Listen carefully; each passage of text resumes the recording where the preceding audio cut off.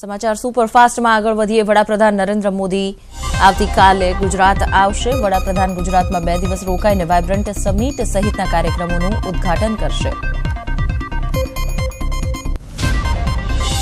વડાપ્રધાનના કાર્યક્રમ પર નજર કરીએ તો આવતીકાલે વડાપ્રધાનનું અમદાવાદમાં આગમન થશે. બપોરે 2:30 કલાકે ટ્રેડ શોનું તે ઉદ્ઘાટન કરશે. ત્યારબાદ સાંજે 4 કલાકે વીએસ હોસ્પિટલનું ઉદ્ઘાટન કરશે. 5:45 કલાકે શોપિંગ ફેસ્ટિવલનું ઉદ્ઘાટન વડાપ્રધાન નરેન્દ્ર મોદી કરશે. 18 જાન્યુઆરીએ વડાપ્રધાન 10 વાગે વાઇબ્રન્ટ ગુજરાત ગ્લોબલ સમિટ 2019નું ઉદ્ઘાટન કરશે. વડાપ્રધાન બિઝનેસમેન સાથે B2B મીટિંગ કરશે. ત્યાર પછી 19 જાન્યુઆરીએ સેલવાસ ખાતે મેડિકલ કોલેજનું ખાતમુહૂર્ત કરશે. 8 જાન્યુઆરીથી યોજાનારી વાઇબ્રન્ટ ગુજરાત ગ્લોબલ સમિટ 2019ની 9મી કડીમાં દેશના 19 અગ્રણી ઉદ્યોગ સંચાલકો CEO ઉપસ્થિત રહેશે. વડાપ્રધાન નરેન્દ્ર મોદીની ઉપસ્થિતિમાં વાઇબ્રન્ટ ગુજરાત સમિટનું ઉદ્ઘાટન થશે, જેમાં ટોચના 19 ઉદ્યોગપતિઓ વડાપ્રધાન સાથે એક મંચ પર જોવા મળશે. વાઇબ્રન્ટ ગુજરાતને લઈને ગાંધીનગરમાં અમદાવાદ એરપોર્ટ પર ધમધમાટ છે. એરપોર્ટ પર તૈયારીઓ પૂરજોશમાં છે. સઘન સુરક્ષા વ્યવસ્થા પણ ગોઠવાઈ છે. મુખ્યમંત્રી વિજય રૂપાણીએ વાઇબ્રન્ટ ગુજરાત સમિટમાં પાકિસ્તાની ડેલિગેશનના આગમનની વાતને ખોટી ગણાવી છે. તેમણે કહ્યું, પાકિસ્તાનનું કોઈ ડેલિગેશન સમિટમાં નથી આવવાનું. વાઇબ્રન્ટ ગુજરાત ગ્લોબલ સમિટના ઉદ્ઘાટન પહેલા પ્રદૂષણ નિયંત્રણને લઈને કાર્યક્રમ આયોજિત કરાયો. Emission monitoring and market based pollution રેગ્યુલેશનનો કાર્યક્રમ મુખ્યમંત્રી વિજય રૂપાણીની ઉપસ્થિતિમાં આયોજિત કરાયો, જેમાં પોલ્યુશન રેગ્યુલેશન અંગે MOU કરાશે. સાઉથ એશિયા સાથે Gujarat pollution control board MOU કરશે. મુખ્યમંત્રી રૂપાણીએ કહ્યું કે ગુજરાતમાં વિકાસની સાથે સરકારે પ્રદૂષણ નિયંત્રણને લઈને પણ પગલાં ભર્યા છે.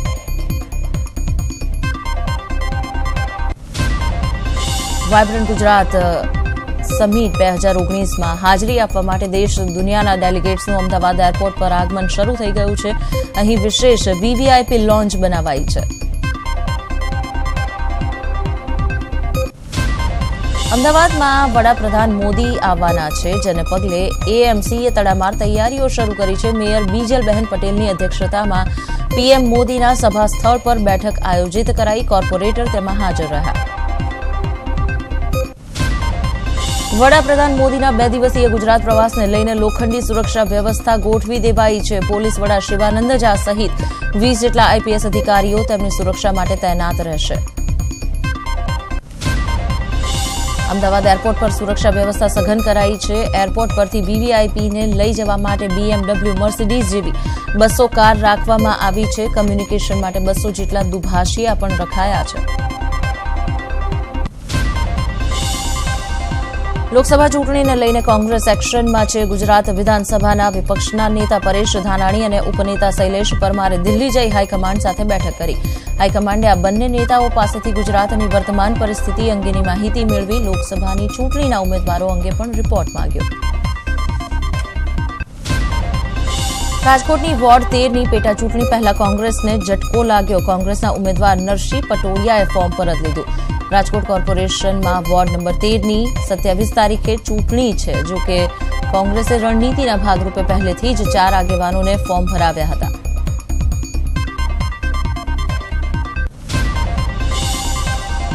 કોંગ્રેસના આગેવાનો રાજકોટ પોલીસ કમિશનરની કચેરીએ પહોંચ્યા. કોંગ્રેસના ઉમેદવારનું અપહરણ કરાયાનો તેમણે આરોપ લગાવ્યો. રાજકોટ શહેર કોંગ્રેસ પ્રમુખ અને કોંગ્રેસના ધારાસભ્ય લલિત કગથરા પણ રજૂઆત કરવા પહોંચ્યા હતા.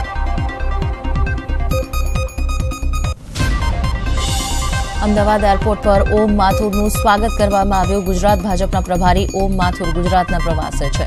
તેઓ મિશન 26 માટે હોદ્દેદારો સાથે ચર્ચા કરી રહ્યા છે. લોકસભાની ચૂંટણીને લઈને આ રણનીતિ ઘડવામાં આવી રહી છે ભાજપના કાર્યાલય કમલમ ખાતે. ઓમ માથુરે કમલમ ખાતે ભાજપ હોદ્દેદારો અને અગ્રણી નેતાઓ સાથે બેઠક કરી ચૂંટણીલક્ષી રણનીતિ તૈયાર કરી. તેમણે દાવો કર્યો કે 2014માં 26 લોકસભા બેઠક પર ભાજપે બાજી મારી હતી. તે જ રીતે આ વખતે પણ ગુજરાતમાં ભાજપ બાજી મારશે. કોંગ્રેસમાંથી ભાજપમાં જોડાયેલ કેબિનેટ મંત્રી કુંવરજીભાઈ બાવળિયા ભાજપ માટે કોળી મત અંકે કરવા મેદાને ઉતર્યા છે. 2 ફેબ્રુઆરીએ બાવળિયાની અધ્યક્ષતામાં ચોટીલા ખાતે કોળી સમાજનું મહાસંમેલન છે, જે માટે સૌરાષ્ટ્ર અને દક્ષિણ ગુજરાતના કોળી સમાજના લોકોને આમંત્રણ અપાશે. રાજ્યકક્ષાના મંત્રી પરસોત્તમ સોલંકીની તબિયત બગડી છે. નાદુરસ્ત તબિયતના કારણે સિંગાપુર મેડિકલ ચેકઅપ માટે તેમને લઈ જવાયા છે. સિંહના અકાળે અવસાન મામલે રેલવે મંત્રાલયે ગુજરાત હાઈકોર્ટમાં સોગંદનામું કર્યું છે અને સોગંદનામાથી રેલવે મંત્રાલયે ગીર અભયારણ્ય માર્ગ પર ચાલતી ટ્રેનની અડફેટે સિંહોનું મોત થયું હોવાનો સ્વીકાર કર્યો છે. પીપાવાવ પોર્ટમાં માલસામાનની હેરફેર દરમિયાન સિંહના અડફેટે આવવાથી મોત થતા હોવાનું પણ રેલવે મંત્રાલયે સ્વીકાર્યું છે. રેલવે મંત્રાલયે સાવચેતી વર્તી હોવાનું કહ્યું છે. સિંહોના આવન જાવનના માર્ગમાં ઇમરજન્સી બ્રેકનો ઉપયોગ કરવાના નિર્દેશ અપાયા છે. અભયારણ્ય વિસ્તારમાં 45 કિલોમીટર પ્રતિ કલાકની વધુ ઝડપથી ટ્રેન નહીં ચલાવવાના નિર્દેશ પણ અપાયા છે. શૈક્ષણિક કર્મચારીઓને 1 જાન્યુઆરીથી 7મા પગાર પંચનો લાભ મળશે. સરકાર, યુનિવર્સિટી અને સંલગ્ન સરકારી, બિન સરકારી અનુદાનિક કોલેજના કર્મચારીઓને 7મા પગાર પંચનો લાભ આપશે. કર્મચારીઓને 1 જાન્યુઆરી 2016 થી 31 ડિસેમ્બર 2018 સુધીનું એરિયર્સ પણ મળશે. એરિયર્સની રકમ કેન્દ્ર સરકારની મળવાપાત્ર તફાવતની રકમ મળ્યા પછી ચૂકવવામાં આવશે. સરકારના આ નિર્ણયથી એરિયર્સ પેટે 904 કરોડ 21 લાખનું ચૂકવણું કરવાનું થાય છે, જે પૈકી ભારત સરકાર પાસેથી 50% લેખે 452 કરોડ 11 લાખ રૂપિયા મળવાપાત્ર થશે. રાજ્યમાં તુવેરની પણ ટેકાના ભાવે ખરીદી શરૂ થઈ છે. 101 સેન્ટર પરથી ખરીદી કરવાની શરૂઆત કરી દેવાઈ છે. 5,675 રૂપિયા પ્રતિ ક્વિન્ટલના ભાવે ખરીદીની શરૂઆત થઈ છે. તુવેર માટે અત્યાર સુધી 5,050નો ભાવ મળતો હતો. અરવલ્લીમાં તુવેરની ટેકાના ભાવે ખરીદી શરૂ થઈ. મોડાસામાં એક પણ ખેડૂત હજુ સુધી ખરીદી કેન્દ્ર પર નથી પહોંચ્યો. 277 ખેડૂતોનું ઓનલાઈન રજીસ્ટ્રેશન થયું છે, પરંતુ ખરીદી કેન્દ્ર ખાલી ખમ છે. હજુ પણ સરકાર તુવેરને 1,135 રૂપિયા ટેકાના ભાવે ખરીદી રહી છે. સુરતનું આરકેટી માર્કેટ આજથી ધમધમ્યું. પોલીસે 5 આરોપીઓની ધરપકડ કરી લેતા વેપારીઓએ બંધનું એલાન પરત લઈ લીધું. છેલ્લા 1 સપ્તાહથી માર્કેટ બંધ હતું. બજારમાંથી રાત્રિ દરમિયાન કાપડની મોટા પ્રમાણમાં ચોરી થતી હતી, જેની જાણ થતાં વેપારી સંગઠને વિરોધ નોંધાવ્યો. મેટ્રો ટ્રેનનો ટ્રાયલ રન 28 અને 29 જાન્યુઆરીએ શરૂ થઈ શકે છે. માર્ચ મહિનાના પહેલા સપ્તાહમાં જ લોકો મેટ્રોમાં મુસાફરી કરતા પણ થઈ જશે. હાલ મેટ્રોનું એમ્પેરલ પાર્ક ખાતે ટેસ્ટિંગ ચાલી રહ્યું છે. ફેબ્રુઆરીના અંત સુધીમાં કમિશનર ઓફ સેફટી તેની ચકાસણી શરૂ કરશે. ચકાસણી પૂર્ણ થતા પહેલા માર્ચના પ્રથમ સપ્તાહમાં લોકો મેટ્રોની મુસાફરી કરી શકશે, જ્યારે બીજી મેટ્રો ટ્રેન 7મીએ અમદાવાદ આવી પહોંચશે.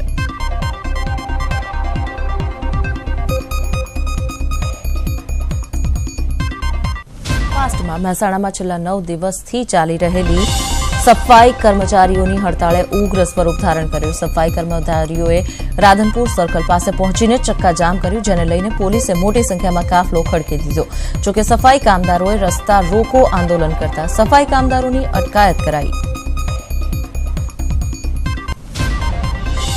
સુરતમાં સુડામાં નવા 22 ગામનો સમાવેશ કરાતા સાંધીએર ગામે ખેડૂતોએ નવી જાહેર કરાયેલી ડીપીનો વિરોધ કર્યો. રિંગ રોડના નામે સરકાર ઇન્ડસ્ટ્રીયલ કોરિડોર બનાવવા માંગતી હોવાનો આરોપ છે. ખેડૂતોએ આગામી દિવસમાં ઉગ્ર આંદોલનની ચીમકી ઉચ્ચારી. વલસાડ પાલિકામાં 36 કલાકથી પાણી ના મળતા મહિલાઓ વિફરી. ધોબી તળાવ વિસ્તારની મહિલાઓ પાલિકા કચેરી પર પહોંચી પાણી આપવાની માંગ સાથે તેમણે હલ્લાબોલ કર્યું. મહિલાઓની આ લડાઈમાં પાલિકાના અપક્ષ સભ્યો પણ જોડાયા. મહિલાઓએ વૈકલ્પિક વ્યવસ્થા નહીં થાય તો પાલિકાના દાદર પર બેસી ધરણા કરવાની ચીમકી ઉચ્ચારી. અમદાવાદમાં વીએસ હોસ્પિટલ બચાવો અભિયાન સાથે કોંગ્રેસે બેસણાનો કાર્યક્રમ કર્યો. સરદાર બાગ બહાર કોંગ્રેસના સભ્યોએ બેસણું કરી ભાજપ સત્તાધીશો વિરુદ્ધ વિરોધનો સૂર ફૂંક્યો અને સરકાર વિરુદ્ધ શાબ્દિક પ્રહારો કર્યા. પાટણ હારીજ હાઈવે પર કુરેજા ગામ નજીક નર્મદા કેનાલમાં ખાબકેલી કાર 24 કલાક પછી મળી આવી. કાર કેનાલમાં ખાબકી હતી. કારમાં કેટલાક લોકો સવાર હતા અને કેટલા મૃતદેહ છે તેનો કોઈ ખુલાસો નથી થયો.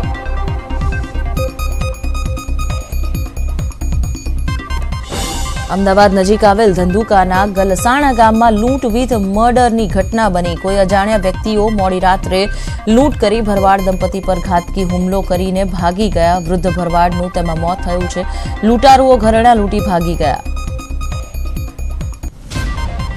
કોર્ટે ઝટકો આપ્યા બાદ હવે ગમે ત્યારે અલ્પેશ કથિરિયાની ધરપકડ થઈ શકે છે. સુરત પોલીસ સમક્ષ અલ્પેશના વર્તન પછી પોલીસે અલ્પેશ કથિરિયાના રાજદ્રોહના કેસમાં જામીન રદ કરવા અરજી કરી હતી, જે ગઈકાલે કોર્ટે માન્ય રાખી હતી. હવે પોલીસ ગમે ત્યારે તેને પકડી શકે છે.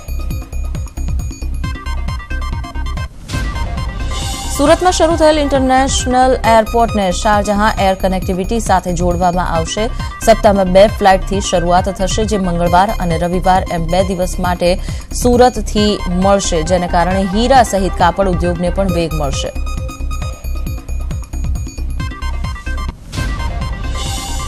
રાજકોટના ઈશ્વરિયા ગામની ગૌચર જમીન કલેક્ટરે ખાનગી ટ્રસ્ટને ફાળવી દેતા ઈશ્વરિયા ગામના લોકો બેઠા આમરણાંત ઉપવાસ પર. જમીન રાજકોટ જિલ્લા ભાજપ યુવા પ્રમુખ પ્રશાંત કોરાટે તેના ટ્રસ્ટના નામે કરી હતી.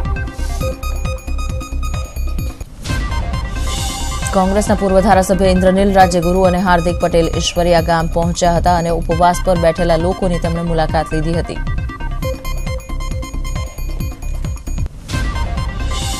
ગાંધીજીના મૂલ્યો અને બુનિયાદી શાળાને જોડવા માટે કેન્દ્રીય મંત્રી મનસુખ માંડવિયાએ ભાવનગરના તળાજાના મણાર ગામે પદયાત્રા કરી. કાર્યક્રમમાં શિક્ષણ મંત્રી ભૂપેન્દ્રસિંહ ચુડાસમા, સાંસદ ભારતીબહેન, મેયર મનભા મોરી હાજર રહ્યા હતા. પદયાત્રામાં 100 ઉદ્યોગપતિઓને બોલાવાયા હોવાનું મનસુખ માંડવિયાએ કહ્યું.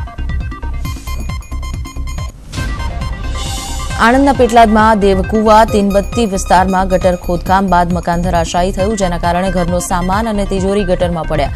જોકે સદનસીબે કોઈ જાનહાનિ નથી થઈ. અનેક મકાનો ધરાશાયી થયા છે. સ્થાનિકોએ તંત્રના વિરોધમાં રોષ ઠાલવ્યો. વડોદરામાં કરજણ જૂના બજારમાં પોલીસ કોન્સ્ટેબલ પર હુમલો થયો. ઝૂંપડપટ્ટીમાં અંદરોઅંદર થયેલી મારામારીનો મામલો થાળે પાડવા ગયેલ પોલીસ પર હુમલો કરાયો હતો. ઇજાગ્રસ્ત કોન્સ્ટેબલને હોસ્પિટલમાં સારવાર માટે ખસેડાયા છે. અમદાવાદમાં રામોલમાં જામફળવાડી કેનાલ પર અસામાજિક તત્વો બેફામ બન્યા અને કૃષ્ણ દર્શન સોસાયટીમાં બાઇકમાં તેમણે તોડફોડ કરી. ગુંડાગર્દીથી ઉબકી ગયેલા સ્થાનિકો રામોલ પોલીસ સ્ટેશને મોરચો માંડીને બેઠા છે. મહારાષ્ટ્રમાં નંદુરબારના ભૂસા ગામે નર્મદા નદીમાં બોટ પલટી ખાઈ ગઈ. 6 મુસાફરોના મોત થયા છે અને 1 મુસાફર લાપતા છે. 70 મુસાફરો બોટમાં સવાર હતા. બોટમાં ક્ષમતા કરતાં વધુ મુસાફરો બેસાડવામાં આવ્યા હોવાથી બેલેન્સ ગયું હતું અને બોટ ડૂબી હતી. વલસાડના ઉમરગામના સંજાણ નજીક કાર નીચે લટકતી હાલતમાં મળી આવેલ મૃતદેહની ઘટના પરથી પડદો ઉંચકાયો છે. મૃતદેહ મહારાષ્ટ્રના તલાસરી નજીક થયેલા અકસ્માતમાં ભોગ બનનાર વ્યક્તિનો છે. મૃતદેહ કોઈ રીતે કારમાં ફસાઈ જતા ઘસડાતા સંજાણ સુધી પહોંચ્યો. એક કાર મહારાષ્ટ્રની હદમાંથી ગુજરાતમાં પ્રવેશી સંજાણ પહોંચી. જ્યાં રેલવે ફાટક બંધ હોવાથી કાર સંજાણ ફાટક પર ઊભી હતી. કાર નીચે ઘસડાતા મૃતદેહને જોઈને લોકોએ કારને અટકાવી પોલીસને જાણ કરી હતી. ગોંડલના મહાવીર શોપિંગ સેન્ટરમાં હત્યા કરાયેલ મૃતદેહ મળી આવતા ચકચાર મચી ગઈ. અપાર્ટમેન્ટના 3જા માળેથી હત્યા કરાયેલ પુરુષનો મૃતદેહ મળી આવ્યો. પોલીસે તપાસ શરૂ કરી છે. બનાસકાંઠાના પાલનપુરમાં રાજ્યકક્ષાના ધ્વજવંદન કાર્યક્રમ માટે બોલાવાયેલ પોલીસ કર્મચારીઓને પાણી માટે હાલાકી ભોગવવી પડી રહી છે. 700થી વધુ પોલીસ કર્મચારીઓને આવાસ યોજનાના મકાનમાં રખાયા છે. પાણી માટે કોઈ વ્યવસ્થા ના હોવાથી તેમને નીચેથી પાણી ભરી 3જા માળે પહોંચાડવું પડે છે. સુરતના રિંગ રોડ ખાતે અભિનંદન માર્કેટમાં એક સાડીની દુકાનમાં ચોરી થઈ. 1,70,000ની સાડીની ચોરી થઈ. સીસીટીવી ફૂટેજ તેના સામે આવ્યા પછી પોલીસે તપાસ શરૂ કરી છે. પાદરામાં વિવિધ વિસ્તારમાં હાઈ ડેફિનેશનના સીસીટીવી કેમેરા લગાવવામાં આવશે. રાજ્ય સરકારના ગૃહ વિભાગે સેફ એન્ડ સિક્યોર ગુજરાત યોજના હેઠળ આ કામગીરી કરવાનું મન બનાવ્યું છે.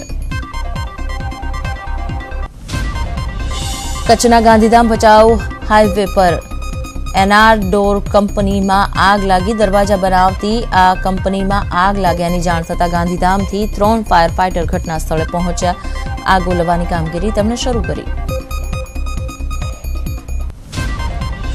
ઉત્તરાયણ પર્વ એટલે 14 અને 15 દરમિયાન રાજ્યમાં કુલ 783 અકસ્માતની ઘટનાઓ નોંધાઈ. ધાબા પરથી પડવાના, દોરીથી ઈજા થવાના સહિત 17 લોકોના મોતના કિસ્સા સામે આવ્યા. અમદાવાદમાં અકસ્માતમાં 92 કિસ્સાઓ નોંધાયા, જ્યાં 108ને આ 2 દિવસ દરમિયાન 1637 કોલ મળ્યા.